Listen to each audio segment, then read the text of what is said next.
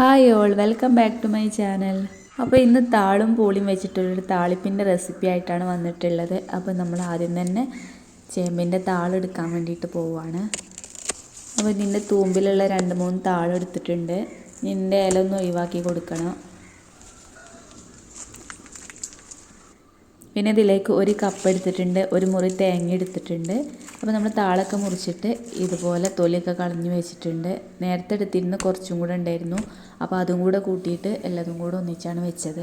അപ്പോൾ കപ്പ തൊലിയൊക്കെ കളഞ്ഞിട്ട് ചെറിയ കഷ്ണങ്ങളാക്കിയിട്ട് ഇതുപോലെ കുക്കറിൽ ഇട്ടിട്ടുണ്ട്. പിന്നെ താളും തന്നെ ഇതിൻ്റെ ചെറിയ പീസാക്കിയിട്ട് അതിൻ്റെ കൂടെ തന്നെ ഇട്ട് കൊടുത്തിട്ടുണ്ട്. ഇനി ഇതിലേക്ക് ആവശ്യത്തിനുള്ള ഉപ്പ് ഇട്ട് കൊടുക്കണം.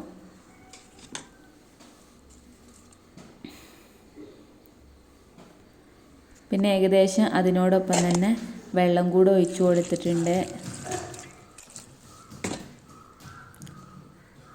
ഇനി ഇതൊരു 3-4 വിസിൽ വരുവോളം ഒന്ന് വെയിറ്റ് ചെയ്യണം. വിസിലടിക്കുന്ന സമയം കൊണ്ട് തന്നെ നമുക്ക് തേങ്ങ ചിരവിയിട്ട് റെഡിയാക്കി വെക്കണം.